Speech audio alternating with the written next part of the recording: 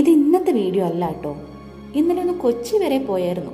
അത് നിങ്ങളോട് കൂടി ഒന്ന് പങ്കുവെക്കാന്ന് കരുതി. 1.25 മണിക്കൂറത്തെ കാത്തിരിപ്പിന് ശേഷം നേത്രാവതി ഇവിടെ എത്തിയിട്ടുണ്ട്. നേരത്തെ ടിക്കറ്റ് ബുക്ക് ചെയ്തിരുന്നെങ്കിലും വലിയേട്ടനും അമ്മയും കൊച്ചിക്കുണ്ടെന്ന് പറഞ്ഞുകൊണ്ട് ഞാൻ മെല്ലെ ജനറൽ എടുത്തു. എല്ലാ യാത്രയിലും വിൻഡോ സീറ്റാണ് എനിക്കിഷ്ടം. വിചാരിച്ചതുപോലെ തന്നെ വിൻഡോ സീറ്റ് കിട്ടുകയും ചെയ്തു. അപ്പൊ ഇങ്ങനെ യാത്രയ്ക്ക് ആസ്വദിച്ച് കാറ്റൊക്കെ കൊണ്ട് ആഹാ എന്താലേ.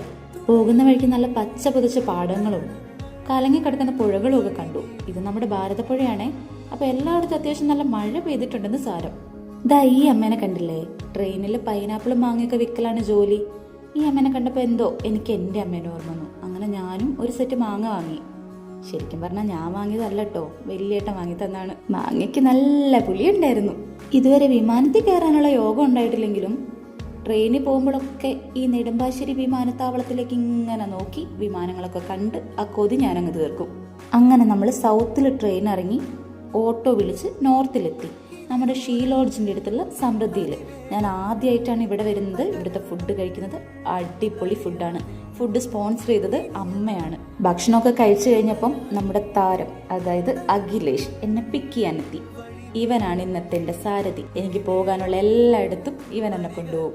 അങ്ങനെ ആദ്യം നമ്മൾ പോയത് കിരണേട്ടനെ കാണാനാണ്. കിരണേട്ടൻ എന്ന് പറഞ്ഞാൽ നമ്മുടെ സെലിബ്രിറ്റി സൗണ്ട് എഞ്ചിനീയർ ആണ്. കിരണേട്ടനെ കണ്ടു, സംസാരിച്ചു, കുറച്ചു നേരം അവിടെ സ്പെൻഡ് ചെയ്തു. പിന്നെ ബൈ പറഞ്ഞ് അടുത്തിടത്തേക്ക് ഇറങ്ങി. അങ്ങനെ അടുത്തതായി നമ്മൾ പോയത് കോൺവെന്റ് ജംഗ്ഷനിലെ DC ബുക്സിലേക്കായിരുന്നു. എൻ്റെ പ്രിയപ്പെട്ട ജിസ്മത്താന്റെ പുതിയ നോവലിന്റെ പ്രകാശനം ഉണ്ടായിരുന്നു. ബെന്യാമിൻ സാറാണ് പുസ്തകം പ്രകാശനം ചെയ്തത്. കൂടെ എൻ്റെ പ്രിയപ്പെട്ട കുറെ മനുഷ്യരെ കാണാൻ പറ്റി, സംസാരിക്കാൻ പറ്റി, ജിസ്മത്താന്റെ സംസാരം കേൾക്കാൻ പറ്റി. പിന്നെ വണ്ടിയിൽ തേരാപാര പോയി കുറച്ച് സമയം അങ്ങനെയൊക്കെ കളഞ്ഞു. പിന്നെ അത് കഴിഞ്ഞ് എൻ്റെ പ്രിയപ്പെട്ട ദേവനെ കണ്ടു. പക്ഷെ അത് വീഡിയോ എടുക്കാൻ പറ്റിയില്ല. അത് കഴിഞ്ഞ് നമ്മൾ മെല്ലെ മറൈൻ ഡ്രൈവിൽ പോയി അവിടെ ആ സായാഹ്നമൊക്കെ ഒന്ന് ആസ്വദിച്ച് പിന്നെ അവിടുന്ന് കയറി നേരെ റെയിൽവേ സ്റ്റേഷനിലേക്ക് പോവുകയാണ്. പോകുന്ന വഴിക്കതാ പ്രതീക്ഷിക്കാതെ വേറൊരാളെയും കൂടി കണ്ടു. അജയ് ചേട്ടൻ, എൻ്റെ കൊച്ചിയിലെ ഫോട്ടോഗ്രാഫറാണ്. അങ്ങനെ ട്രെയിനിൽ കയറാൻ നേരത്ത് വലിയേട്ടനും വന്നിട്ടുണ്ടായിരുന്നു. കോഴിക്കോട് വരെ വലിയേട്ടൻ്റെ കൂട്ടും ഉണ്ടായിരുന്നു. പിന്നെ നമ്മൾ കോഴിക്കോട് ഇറങ്ങി ഒരു ഓട്ടോ വിളിച്ച് നേരെ KSRTC സ്റ്റാൻഡിലേക്ക് എത്തി. അവിടുന്ന് കിട്ടിയ ബസ്സിന് വീട്ടിലേക്ക് എത്തി. അത്രയേ ഉള്ളൂ ഇന്നലത്തെ ദിവസം. Thank you.